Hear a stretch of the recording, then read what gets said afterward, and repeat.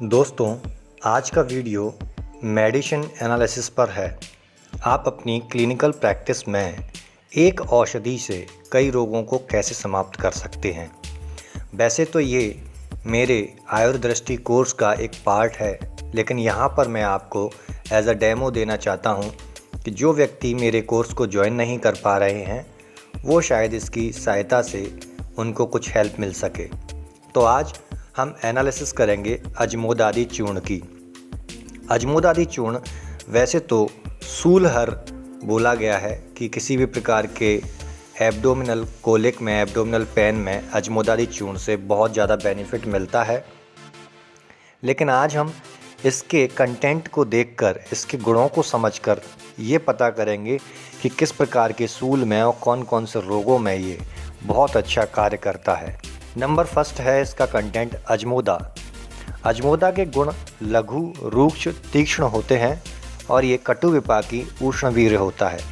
अब समझें इसको। लघु रूक्ष गुण कफ का शमन करते हैं। तीक्ष्ण गुण इसकी कार्य क्षमता को बहुत तेज करता है। ये किसी भी चीज़ को पेनिट्रेट करके, किसी भी टिश्यू को पेनिट्रेट करके वहाँ पर वर्क कर सकता है।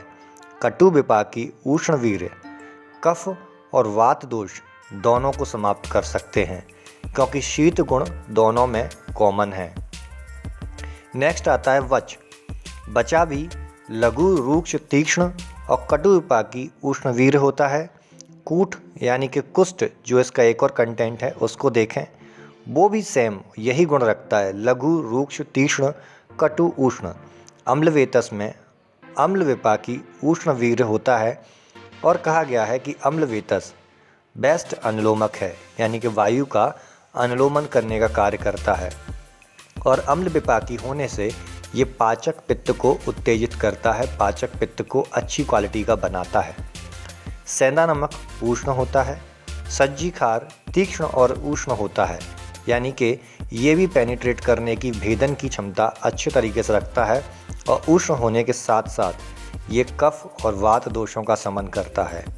हरड़ पंचरस युक्त होती है, जबकि इस मेडिसिन में सेंधा नमक और काला नमक ये मिले हुए हैं, जिसकी वजह से हरड़ के 6 रस युक्त हो जाते हैं और 6 रस युक्त होने से ये रसायन का कार्य करती है और त्रिदोष हर का कार्य करती है। त्रिकटु इसके अंदर डला हुआ है। यह त्रिकटु कटु विपाकी उष्णवीर्य होने से कफ और वात का शमन करता है, जबकि इसमें त्रिकटु में शुंठी होने के साथ साथ इसमें शुंठी का अलग से प्रयोग किया गया है। तो ये बेस्ट पाचक औषधि और बेस्ट कफ शामक औषधि भी सिद्ध होती है। दोस्तों, आपने इसके जितने भी कंटेंट देखे सभी लघु, रूक्ष, तीक्ष्ण और कटु विपाकी उष्णवीर्य हैं। इससे क्या समझ में आता है कि ये किसी भी प्रकार के सूल का समापन करेगा? हाँ, करेगा, लेकिन बेस्ट किस सूल का समापन करेगा? ये बेस्ट उस सूल का समापन करेगा जो सूल, यानी जो एब्डोमिनल कॉलिक कफ अवरोध वात के कारण हो रहा हो। यानी कि यह औषधि कफ वात शामक औषधि के रूप में श्रेष्ठ है, ना कि वात कफ शामक। समझिए आप, कफ के कारण वात की गति या वात के कार्य में अवरोध पैदा हो रहा है, तब ये बेस्ट कार्य करेगी। ऐसे जितने भी रोग हैं वहाँ पर आप इसका यूज कर सकते हैं, जैसे आम वात, जहाँ पर आम के कारण वात का अवरोध हो रहा है। ग्रदसी, ग्रदसी में भी कफ वातज ग्रदसी। इस प्रकार के जितने भी रोग हैं जिसमें कफ के कारण वात के कार्य में प्रॉब्लम आ रही है, आप इस प्रकार किसी भी द्रव्य की एनालिसिस करके आप मेडिसिन का उपयोग करते हैं, तो जो हमारी सबसे बड़ी मिथ है, जैसा मैंने कल वीडियो में बताया था कि आयुर्वेदिक औषधियाँ जल्दी कार्य नहीं करती, ये मिथ बहुत जल्दी समाप्त हो जाएगी यदि आप रोग के दोष को पकड़ लेंगे और उस दोष के अकॉर्डिंग, उस दोष के गुणों के अकॉर्डिंग औषधि का एनालिसिस करके जब आप औषधि पेशेंट को देंगे तो वो बहुत जल्दी असर करती है, फास्ट एक्शन करती है। अब आप कहेंगे कि इतना एनालिसिस हम कैसे कर सकते हैं?